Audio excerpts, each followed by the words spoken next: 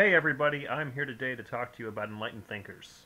Oftentimes students have trouble differentiating between the different enlightened thinkers, so I've knocked it down to the big five from the Enlightenment. So we'll look at the top five thinkers from the Enlightenment today. The first one is Rene Descartes. Descartes was one of the most important philosophers and mathematicians of the modern era. In Discourse on Method and in the Meditations, he reasoned that all of his prior knowledge was subject to doubt because it was based on traditional beliefs rather than rational empirical thought. He pondered what he could honestly say he knew to be true, going so far as to doubt whether he was awake or dreaming, or if he even existed at all. He then began to reconstruct his worldview. He knew that his thoughts existed, which then suggested the existence of a thinking being, himself. Descartes then came to the famous conclusion, cogito ergo sum, which means I think, therefore I am. So basically believing that since he was able to think in general, he obviously exists. During the Enlightenment, a lot of salons popped up. Madame de Pompadour, the mistress of King Louis XV of France, was a devotee of art and philosophy. Around the middle of the 18th century, she began holding what became known as the salon. Salons were part of a high-class cocktail party, if you will, for socialites, aristocrats, and intellectuals, where people demonstrated their knowledge of new theories and tried to outwit each other. Madame de Pompadour held the most famous and best attended salons in all of Paris. Enlightened thinkers in France went to salons, were known as philosophes.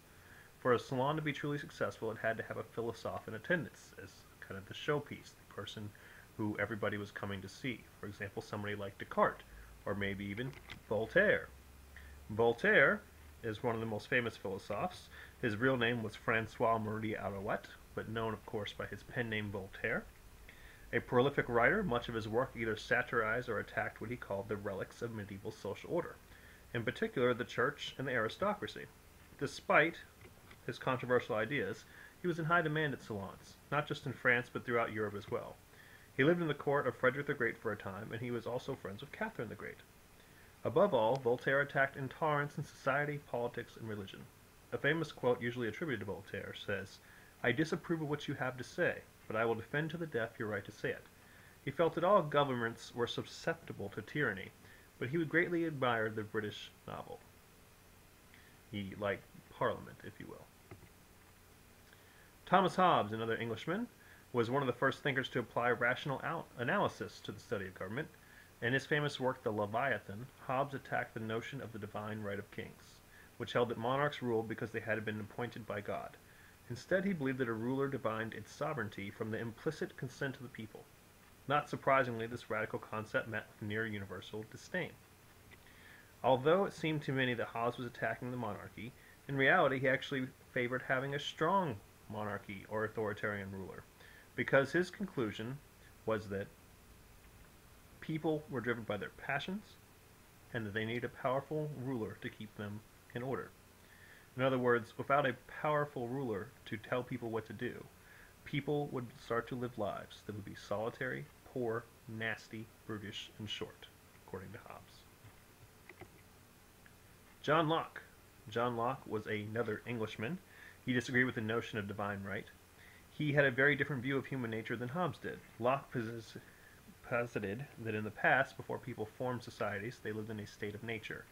He believed that all men were equal in the state of nature because they were creatures of the same species and rank, with the same advantages and same faculties. Locke also had an interest in knowing how humans learn.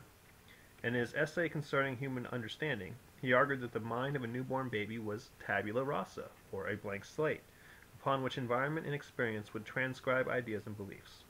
Locke saw human nature as something that was extremely determined rather than internally determined.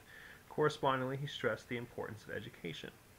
So someone who believes in tabula rasa would believe that you could learn anything. You have a blank slate. All of your ideas, your thoughts, even your morals come to you based on what you get from other people. Nothing is inherently inside you. It's all blank and added to. Locke also wrote the Treatise of Government, in which he talked about the divine right of kings and authoritarian governments. He promoted a constitutional monarchy, just like the British form of government, that derived its power from law and from the consent of the people. He also believed that a government's primary responsibility was to protect individual property. He wrote that the great and chief end, therefore, of men uniting into commonwealths and putting themselves under government is the preservation of their property, to which the state of nature there are many things wanting. Locke believed that in the state of nature, individuals had natural rights, which he referred to as all the rights and privileges of law of nature. Locke claimed that one's right was to defend one's property. He said everyone was entitled to life, liberty, and property. Does this sound like anybody we know? John Locke was probably one of the biggest influencers of Thomas Jefferson, the writer of our Declaration of Independence and one of our presidents. Thomas Jefferson switched life, liberty, and property to life, liberty, and the pursuit of happiness, mainly because he believed that not everybody should be guaranteed property. First, he had, of course, the slaves, who at the time were considered property. How could they be guaranteed property? And secondly, no one knew how big the United States was at that time. How could the government guarantee everybody property if the United States turned out to be a smaller country than they had once thought? Our last enlightened thinker is Jean-Jacques Rousseau. Rousseau also comes up with the state of nature to draw conclusions about society and government. Rousseau is probably best known for his social compact, or social contract. Locke had viewed societies as having been created through mutual consent of all members. Rousseau went a step further, claiming that instead of a mere consent, individuals forming a contract with each other basically consented to be governed. Anyone who entered the social contract would be consenting to be governed, and thus would get the benefit of being protected. So a social contract is when you give up some of your rights in order to get protection. I do have a bonus for you here. We have one person left, the Baron de Montesquieu. Montesquieu is one of the enlightened thinkers as well. He wrote a book called The Spirit of Laws.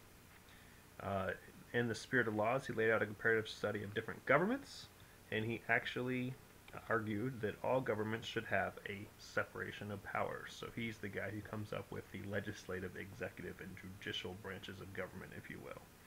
So Montesquieu is the first person to come up with separation of powers.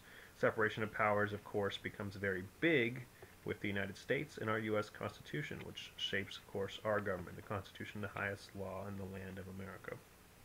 Montesquieu actually did not believe that democracy was the best form of government. He actually favored a constitutional monarchy based on the British model. He greatly admired Britain's government because he felt that Parliament, the king, and the courts worked separately and efficiently, since each could limit the power of the other. The idea of a different branches of government, each preventing the others from attaining too much power, led to his theory of checks and balances, which also influenced the framers of the U.S. Constitution. So Montesquieu, one of the big reasons why we don't have a true democracy, where we just vote for everything, but we actually have a democratic republic, if you will, a democracy with separation of powers. So I hope you enjoyed the major thinkers of the Enlightenment presentation. I hope it cleared up a few things for you. If you have any questions, of course, you can email me at askmrbailey@gmail.com. That's askmr.bailey@gmail.com. And I hope that you enjoy my site. Thank you very much. Bye.